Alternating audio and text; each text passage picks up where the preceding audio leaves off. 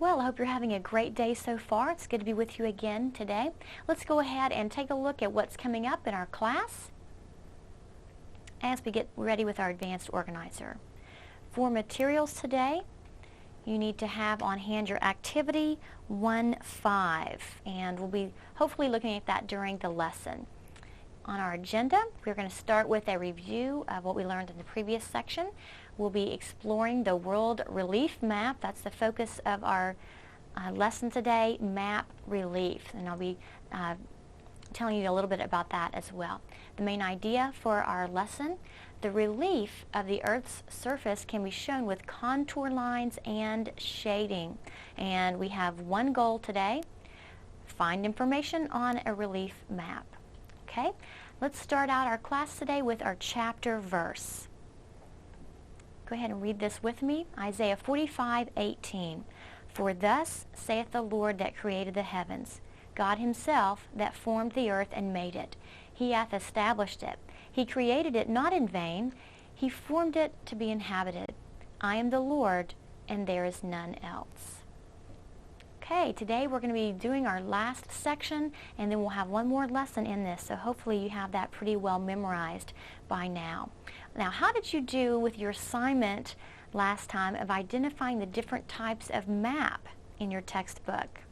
I know when I did it, I missed a couple of them because when they're presented in a little bit different format, sometimes they don't look the same.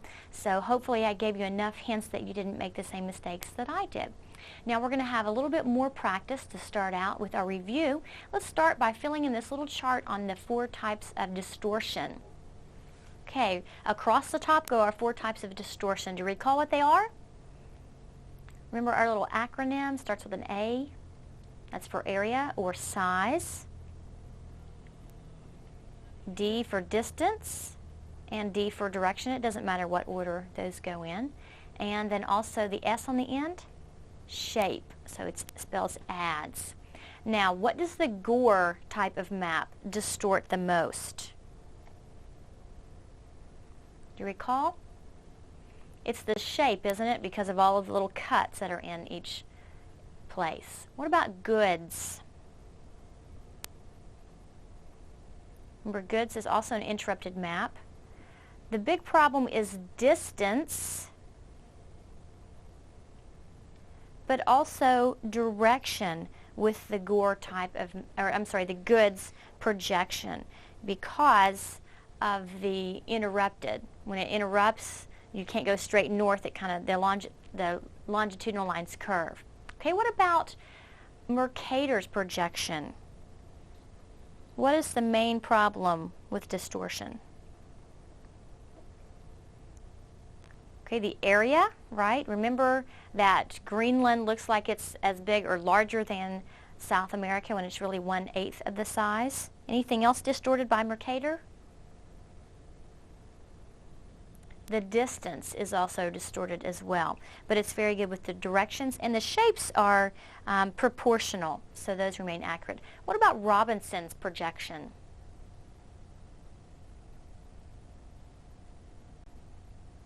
Okay, Robinson's distorts everything, but see, we have a little tiny x because it minimizes all of the different types of distortion. Okay, now let's look at a few different maps and see if you recall what type of map they are.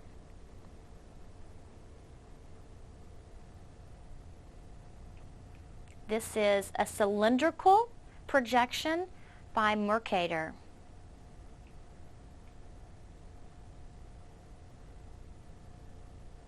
Do you recognize this one?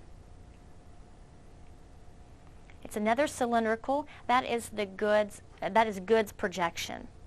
It's an interrupted cylindrical map.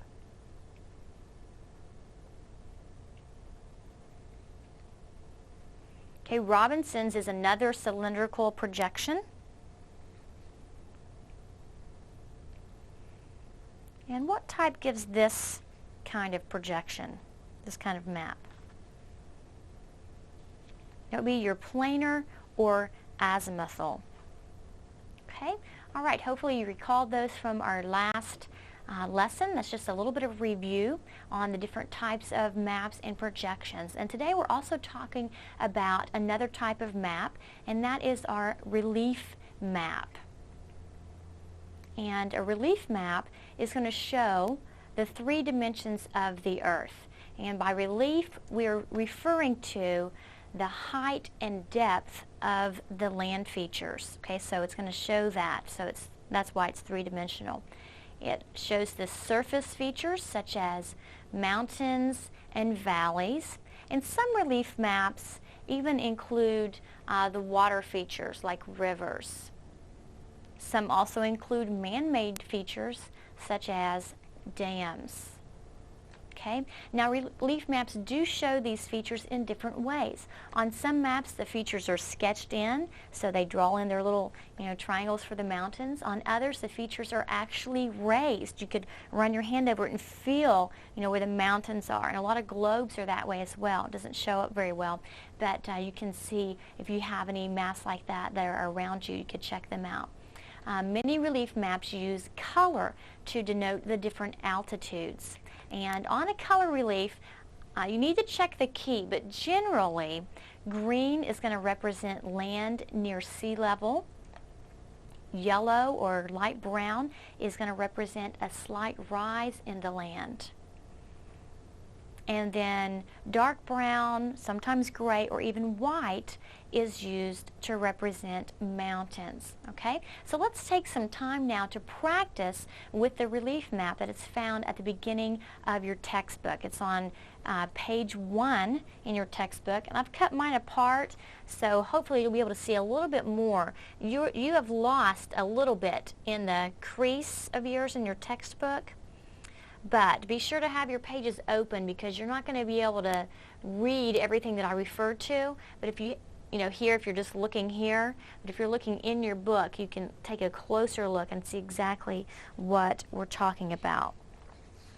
Okay, now we want to start by looking at the legend or the key. Okay, so we're going to take a closer look at that and see exactly what's represented here in this textbook.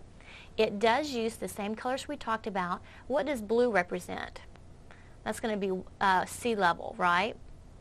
Anything that's at the sea level.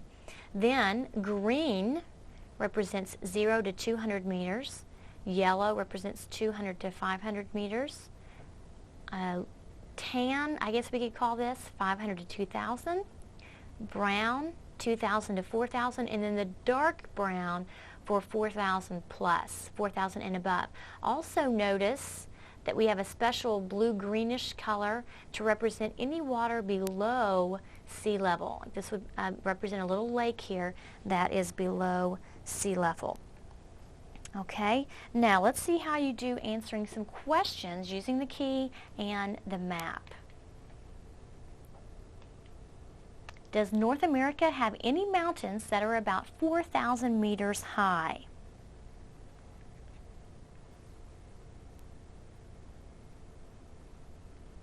Okay, let's look at the map. Here's North America, and remember our key has the dark brown as the 4,000 meters high. So right in here we can see just a tad of that color. So we could say yes, North America does have some that are 4,000 meters, and they're mostly right here in the Rocky Mountains. Okay?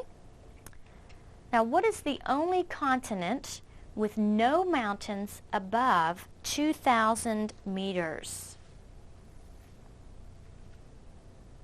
Give you a second to look at the different continents.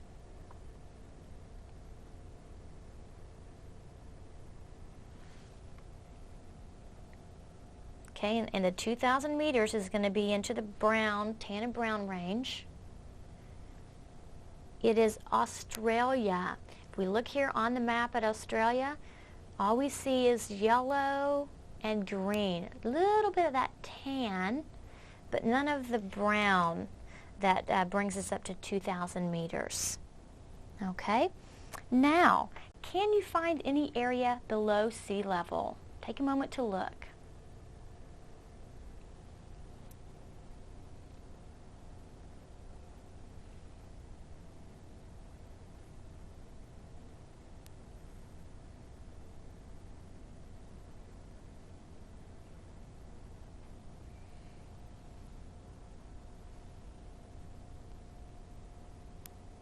Okay, that one's a little harder, isn't it? Let's look and see. There are some spots. Most of them we can't see. We can see, however, an area around the Caspian Sea. Okay, hopefully I gave you enough time to find at least one of the spots. Also, in Egypt, one little spot here. And then also in Australia, around Lake Eyre. Let's see if we can see that. Right there. You can barely see it. Okay? Now, obviously, those aren't going to be the only places in the world that are below sea level, but those are the only that are going to be large enough to show up on our world map here. Okay?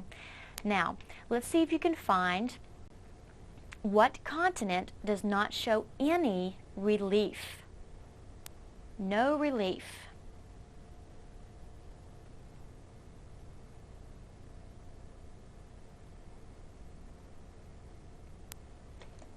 Okay, that's going to be Antarctica, isn't it?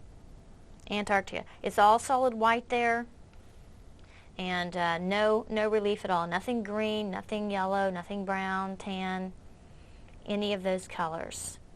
So there's no relief there shown on Antarctica. Okay? Where does elevation rise almost immediately from sea level to over 4,000 meters? Okay, so you're looking for something from sea level. That's going to be your water or your green color, and immediately up to the dark brown.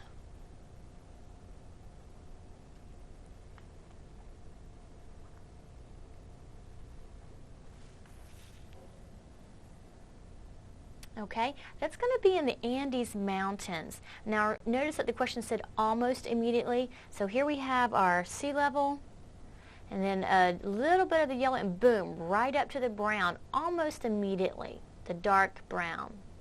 Okay, so that would be the best answer for that question.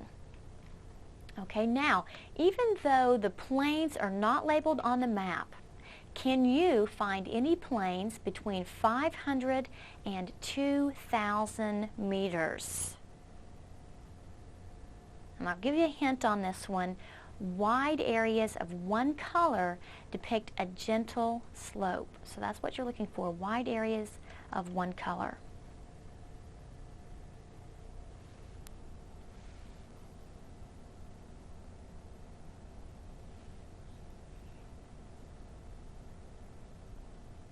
Now there is one particular plain that's labeled, and that is the most obvious answer. That's the Great Plains right here. So we have a wide area of one color in the Great Plains, and those aren't the only plains visible there. But most plains are part of a desert, and most famous places that we call or refer to as plains are actually under 200 meters. Now, in our earlier lessons, we learned that all flat maps of the world contain some type of distortion. We talked about 4 different types of distortion. And relief maps have a big problem as well, and that is confusion about color. Many people assume that the colors show climate or vegetation, but that is not true. So they would look, and if they saw something yellow, they'd say, oh, that must be the desert because yellow makes me think of sand, or something brown, that must be the desert because that reminds me, this must be nice and green here. Okay, if it's got green, oh, it must be nice and green. Okay, so we need to remember that on a relief map, the colors are not representing vegetation or anything else other than altitude. Okay, so the question is, how do map makers or surveyors determine the elevation or the altitude of an area? Well, it's kind of complex. So I'm just going to give you a very simplified version. The surveyors do start at an area where they can see the ocean, and then they use a telescope on their theodolite to measure angles with which they can calculate the altitude. So they start somewhere where the ocean is in their sights, and then they can use the different angles to calculate their altitude. Then they put a marker at that spot, and those markers are called benchmarks. And in your textbook on page 12 is a nice photo of a benchmark. And it just looks like a big nail head. And it's marked with elevation in feet above sea level. And here you can see this one's not filled in, so this is just a sample one. The U.S. Department of Interior, and this is the Geological Survey, so the USGS, and then of course it's unlawful to disturb so-and-so, for information, right, Washington, D.C.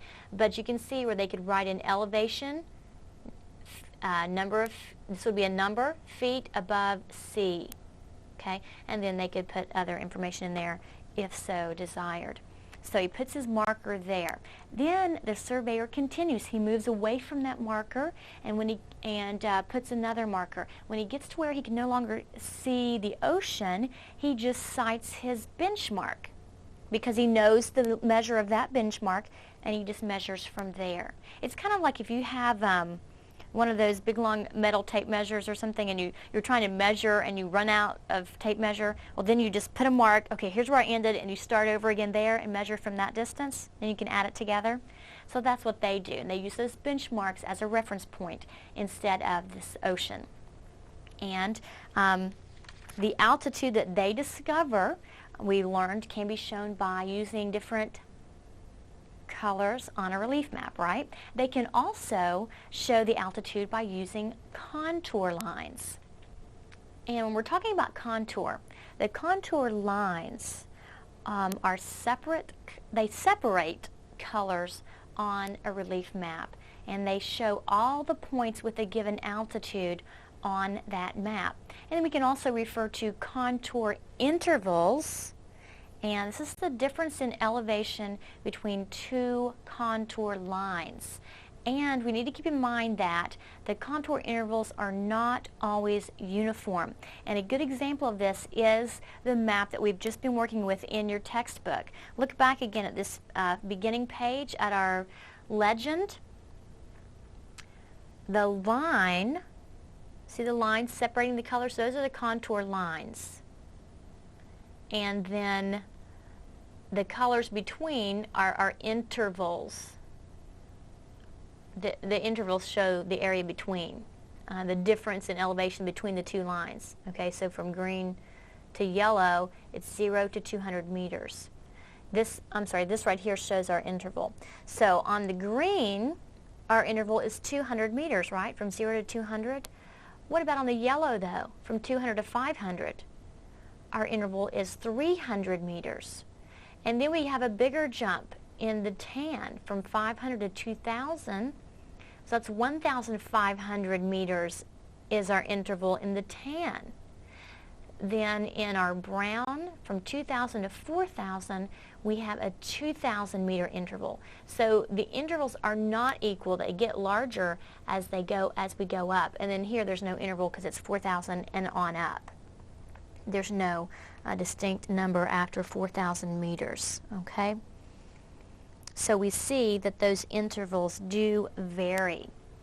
And that's just one way to show the relief on a map by using the colors. But your textbook shows a few different views of a landscape, and that's what we're going to look at next. Go ahead and turn to page 13, and we're going to look at 3 views of the same area. Okay? Here they have used the same colors, and they've used the contour lines, and they've also written in some of the measurements. Notice here the blue color is going to represent water at sea level, 0 meters. Then our green is 0 to 200. Yellow is 200 to, 500? Then we have our tan, 500 to 2,000, and then our brown, 2,000 to 4,000. Notice that we also have some dark brown. This is 4,000 meters. So everywhere we see this line, 4,000 meters, 4,000 meters, 4,000 meters. Okay? So we know how high all of those places are. Everywhere we see this line drawn, that's 2,000 meters along that line. So those are our contour lines. Now this is not actually a map. It's just a three-dimensional drawing. It's not a map because it doesn't show us any of the four things that maps show. It doesn't show us the area of anything that we're looking at. It doesn't show us distances, directions, or shape, right? It doesn't really give us any other information about those four things that we're looking for. Okay, we also have a cross-section of that same land. Okay, so this is kind of nice. You can compare. Here's our 0 meters, and again we see 0 meters. So you can compare. This is the same land, just a different view of it. And again, they show you sea level at 0 meters and so on. This is kind of nice though because you can see the difference in the intervals. You can see how we just have 200 meter interval, 500 meter interval, 1500 meter, 2000 meter interval, and so on. You can see how the intervals vary. So that's a nice view. Again though, this is not a map, it's just a crossed section. It does show us comparative elevations, but it doesn't show us the area, distance, direction, and shape. Okay, one more view of a landscape. Oh, it's on the back of this same page. And this is a map. This one is a map because we can see directions here. We could measure distances if we wanted to. We can see the area and shape of the different features that we're looking at. This is the exact same landscape, and you can kind of compare. Here's our very tall peak that we had, more than 4,000 meters. Then this brown area, it almost looks peach now, but 2,000 to 4,000 meters. We have our tan area, yellow and green. Okay, so we're seeing the same land features, but from the top, and the altitude is distinguished with the different colors. But we can also see the areas, distances, shapes, and directions of the landforms shown on this map. So that is an actual map. Now what I want to do is take just a little bit of time to practice visualizing landforms based on a relief map. And that might sound like, whoa, that sounds pretty tough, but you can impress your parents with that. I know how to visualize landforms based on a relief map, but it's really something very simple. So if you'll go ahead and get your activity 1.5 that I mentioned in your materials, we're going to do that together right now. All right? Our directions, very simple here. Match each side view with the correct relief map. Okay, so here are our side views of different mountains, landforms, and then to the right we have our relief map. So you can see the difference here of how we can tell direction. Here you can't tell any direction. There's just up. There's no north-south. Here we can have a north and a south, an east and a west. Okay? So here are the different views. All right, let's start with A. It's low on both edges, comes up high in the middle. Which of these would match? Low on both edges, high in the middle. It would be this one, wouldn't it? Here's our low, represented with our first contour line. Then it gets higher. And then we finally have our highest point right here in the center. Okay, so I like to just put numbers, but if you want to draw lines, A matches 3, 3 matches A, however you want to do it. You can draw lines all over if you like to do that. Okay, what about B? Low here. It has a gradual slope toward the center, and then we have our high point here on the right. Okay, so low, gradual rise here, and then our high point on the right. Which of these would match?